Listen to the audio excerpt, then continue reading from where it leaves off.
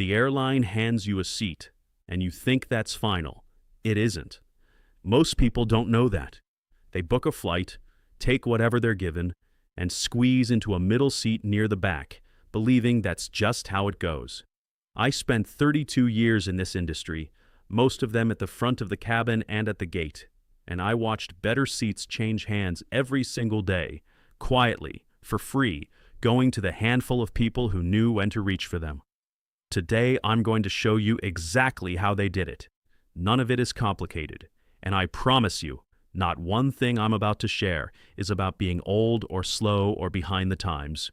It's simply about knowing how the system works, something the airlines never bother to explain to anyone. So, let me start with the single most important moment in this whole process, and it's a moment most travelers sleep right through. Here in the United States, for most airlines, online check-in opens exactly 24 hours before your flight leaves. That's not a small detail. That's the door swinging open. When that window opens, a fresh batch of seats becomes available to choose from, and the people who check in first get the pick of the best ones. I've watched it happen from the inside for years. The passenger who checks in the moment that window opens quietly claims the aisle seat with the empty space beside it, and the passenger who waits until they're standing at the airport takes what's left. So if you do only one thing after listening to me today, let it be this. Set yourself a little reminder for 24 hours before departure. Sit down with a cup of coffee and check in early. You've earned that comfort, and it costs you nothing but a moment of your attention. Now here's a second thing that surprises people, and it's a good surprise. Seats are not carved in stone once you've checked in. They keep shifting right up until the flight leaves. All through the day, other passengers are upgrading to first class, changing their plans, canceling, or rebooking onto other flights. And every time that happens, a better seat can quietly open up. So I want you to check again. Take a peek the evening before, and take another peek on the morning of your flight. More than once I've seen a good seat appear out of nowhere in those final hours, simply because someone else moved. It takes 2 minutes, and there's no harm in looking. The map is always changing, and you might just catch a better spot the moment it frees up. And then there's the gate, which is where a great deal of real magic happens, and where almost nobody thinks to ask. The agent standing at the gate has a kind of authority the website simply doesn't have. They can see the no-shows, the passengers who never turned up, and they're the ones who reshuffle the cabin in those last minutes before boarding. Before we continue, let me share something quickly. Growing older doesn't mean that air travel has to feel harder on your nerves or heavier on your wallet. In fact, airlines offer plenty of perks that often go unnoticed: complimentary services, better seats, help getting through the airport, and small tricks that make the whole journey smoother. Things many older travelers don't even realize are available to them. I've gathered the best of these insider tips into a book called The Confident Senior Traveler. That's the only time I'll mention it, but if it sounds useful, you'll find the link in the description below. Now, I'll be honest with you, because honesty is the only thing worth having between us. A gate agent is a busy person, and they don't owe anyone a favor. But a kind word goes a very long way. Wait until most of the passengers have boarded, step up gently, and simply ask, "If a roomier seat happens to be open, I'd be very grateful." Say it with a smile. Thank them either way, and you'd be amazed how often the answer is yes. I've handed out those open seats myself, and I can tell you the polite ones were always the first I thought of. Let me talk to you now about where the good seats actually are, because a little geography helps.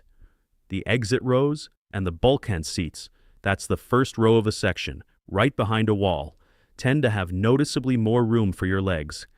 That extra stretch can be the difference between arriving stiff and arriving comfortable. But I want to be straight with you about the exit rows, because it matters. To sit in an exit row, the airline requires that you're willing and physically able to help open that door and assist others in the rare event of an emergency. That's not a judgment on anyone.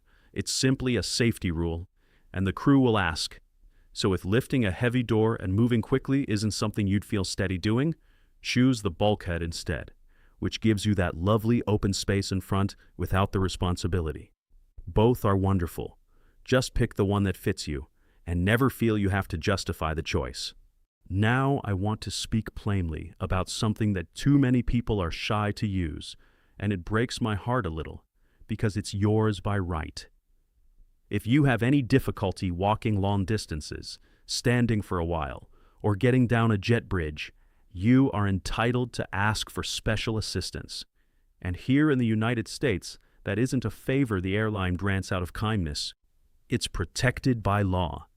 A wheelchair to the gate, help boarding early before the crowds, a seat assigned with your needs in mind, all of it is there for the asking, at no cost, and asking for it does not make you any less capable or any less independent.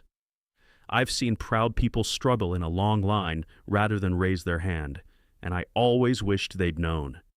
Boarding early and settling in without the rush isn't a sign of frailty, it's simply the smart, calm way to travel, and you should take it without a second thought. A couple of smaller things now, because the details add up. If you booked your flight through one of those big third-party travel websites rather than directly with the airline, be aware that it can sometimes tie your hands when it comes to choosing a seat, occasionally locking it until check-in. It's not always the case, but when you can, booking straight through the airline usually gives you more control over where you sit. And keep an eye out for what they call basic economy, the cheapest fare there is. It looks like a bargain, but it very often means the seat is assigned to you automatically, with no free choice and no changes, which is exactly what we've been working to avoid. So read the fare carefully before you buy. The lowest price sometimes carries a quiet cost. Now let me put your mind at ease before we finish, because I don't ever want to promise you something I can't deliver. None of this is a magic trick that lands you in first class for free. There's no secret senior discount hiding in the seat map, and I won't pretend there is. What I've given you instead are the real honest habits that the people who fly comfortably use all the time. Checking in the moment the window opens, looking again as the flight nears, asking kindly at the gate, knowing where the room is, and claiming the help that's already yours. Do these things and you tilt the odds firmly in your favor, again and again. So the next time you fly, I want you to take a slow breath and remember that the seat is not simply handed to you. It's yours to shape, quietly and with dignity, if you know when to reach for it. You've spent a lifetime learning how the world works. This is just one more small thing you now know better than most of the people rushing past you at the airport. Walk down that jet bridge with your head held high. Settle into a seat you chose on purpose and enjoy the flight. You've earned that ease, and now you know exactly how to claim it. If you found this video helpful, please click the like button. We would also be happy to hear about your experience with the topic discussed in this video. By sharing your experience in the comments, you may help other people too. Follow our channel for more useful and easy-to-follow videos. Thank you for watching, and have a wonderful day.